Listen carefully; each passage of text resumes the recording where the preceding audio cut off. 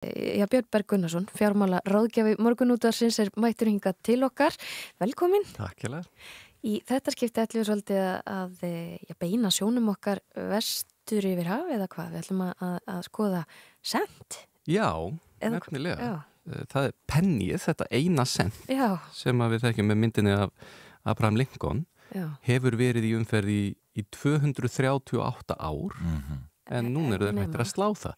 Sentið verðmeira en krónan, en einstök króna og það hafa nú margir Kanadamenn, Nýsjálendingar, Ástralir hættir að slá 1 sent og nú ætla Bandaríkjamenn að gera það sama og þetta ekki önnur eða þriðja tilraun, það búið að leggja fram frumvarp þetta síðustu áratugina að hætta með sentið en núna var það tilkynnt í síðustu viku að Seðlabankin ætlar að hætta að slá 9 sent. Það að segja, það verður ekki það einhver lager af tómum peningum sem eftir að þrýsta og koma í umferð en svo verða þeir ekki fleiri. Auðvitað verða þessi sent sem eru í umferð þeim verður leyft að klárast en það nú svo sem ansi miklu reynilega bara hent á hverju ári. Þetta verður lítið. Þetta verður lítið, þetta rétt króna og það kostar tæp 4 sent að slá 1 sent. Það hefur verið myntsláttu tap á þessu síðustu 20 árin því að sink orðið dýrt og þetta vekur upp spurningar vegna þess að þá þarf að breyta verðlagningu. Það getur ekkert kostað 1999 lengur. Það þarf að námunda upp að næstu 5 centum og þetta hefur hrutast að smá umræðu það. Hvað næst? Það líka tap á nikkelinu á 5 centa penningnum á að hætta því líka. En svona aðalega því hvort að þetta hafi einhver áhrif á fólk til dæmis sem notar ekki annað en reiðufé og það alveg eðlilegur hluti að þessari umræðu hvort að það séu rök í sjálfu sér að það sé tap á því að búa eitthvað til eins og krónupenninga. Núna til dæmis hér heima strætó hættur að taka við reiðufé. Já, og auglýsir það í strætóskilum. Já, nákvæmlega og það eru ekkert góða fréttir vegna þess að við höfum ekki ennþá fengið neitt í staðin fyrir reiðuféð sem að getur hjálpað okkur að hemja okkar einkaneyslu og halda aftur af okkar útgjöldum og hjálpað okkur að fylgjast vel með því hverju við erum í rauninni að eyða. Já, við erum stöðugt að taka skref í áttina frá reiðuféð, eða það ekki bara svona almennt? Við verðum að miklu leyti vera að gera það þrátt fyrir svona þetta sem við ræddum fyrir einhverjum vikum eða mánuðum síðan þar sem að bæði Seðlabankastjóri hér heima hefur aðeins verið að tala þetta að það sé kannski ekkit vitlaust að við förum að huga því að setja einhverjar kvaðir á aðeinslega varandi það að taka við reiðufé en það líka núna komið formlegt erindi frá Seðlabankunum í Svíþjóð það og þau hafa þegar stigið skref í því að fara að dreifa reiðufé. Já, að fólk eiga vist mikið bara í beinhörðum peningum ef eitthvað kemur upp á. Já, nákvæmlega. En getum við sagt okkur við það því að það eru hérna tækni framferðir og fleira því líkt og þetta flókið að við séum hér að gefa út krónur og sent og fleira, eitthvað sem borgar sig í raun ekki og við erum eitthvað með í huga einhverja sviðismynd að allt fari úrskeiðis og hérna netið falli og fleira. Hvernig viljum við nálgast þessi mál?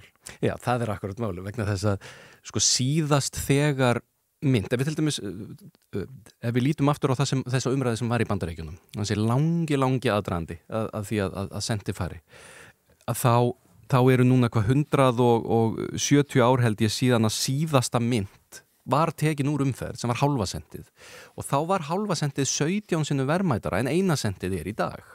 Þannig að auðvitað þarf að taka tillit til þess, við höldum ekki bara endalaust áfram. Við gerum þetta líka hérna heima nema sögunni hérna heima hefur bara tekið núllamyndinni en það í rauninni það sama, við erum að taka peningur umferð. Það peningur í umferð í Úsbekistan sem verðmæti hans á við 0,1 íslenskan aur. 0,1 íslenskan aur? Þeir þurfum bara að taka þannig peningur umferð. Þeir eru hættir að slá hann en það ennþá þannig séð að greiða með honum. Auðvitað þurfum við að hugsa þessa hluti. Má ekki nálgast þetta bara með þeim hætti að það verið allt bara borgaði mitt í heilum tölum eins og nefnir hérna að það bara 1000 kallinn og 10.000 kallinn og 5.000 kallinn en annað ekki gefið út, við séum ekki í myntum lengur. 100 kallinn getur kannski haldið sér. Jú, ætli það, ég hugsa að það hljóti að gerast þegar verðlagning á hlutum fer að verða hannig. Það ekki hægt að kaupa neitt fyrir innan við 5 krónur í dag, það? Ég veit ekki. Nei, akkurat. Það var alltaf hægt að fara til sjoppu og fá lítil nammi fyrir einhverjar krónur. Já. þú gerir það ekki lengur. Ég held að þú þurfir að borga minnstakosti 5 krónur fyrir pókan sem þú nammi. Þannig að þú ert, já, akkurat, það góður punktur. Þannig að þú ert í rauninni að segja sko að við ættum að huglega það að taka krónun út, eða hvað? Ekkert endilega, en ég held að við séum örgulega huglega það. Og það kostar 3 krónur að slá hverja krónu. Já.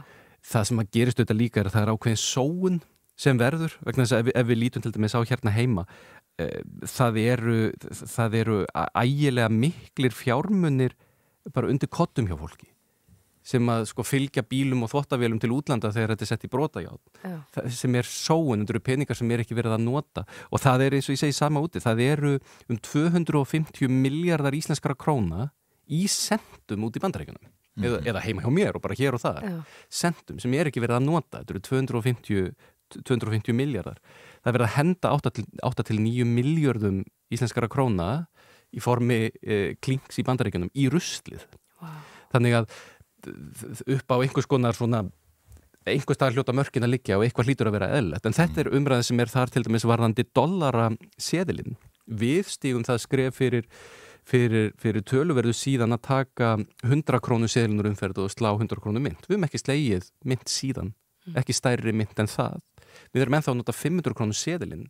Hann miklu verið minni en var þegar við skiptum síðastum. Og þetta auðvitað það sem svolítið áhugavert að ef við ætlum að halda áfram að nota seðla á mynt, þá verður hún að vera praktísk. Og þá þurfum við að hugsa það hvað hentar, á þetta að vera mynt, á þetta að vera seðill. Það meiri sér áhugavert að þegar að við hugsum þetta og förum að leiðir þetta fyrir verðbólgu og verðlagi og öllu þessu, að þá fyrir við að gera stærri seðla. Við bjökum til 2000 krónu seðilinn og hættum síðan með hann. Evrópa settu 500 evru seðil og bakkaði með hann. Bandaríkjamenn gerir $1000 seðil og bökkuðu með hann. Þetta hefur verið gert út allt. Það oft verið að draga tilbaka þessa stóru seðla sem þó eru praktískir vegna svarta hagkerfisins. Þannig að við erum í þessu vopna kapplaupi þess að við getum áframhaldi praktískri notkun reiðufjár og hins vegar alls konar varna og fjármálaeftirlits. Já. Hvað heldur þú að gerist næst hér í þessum málum?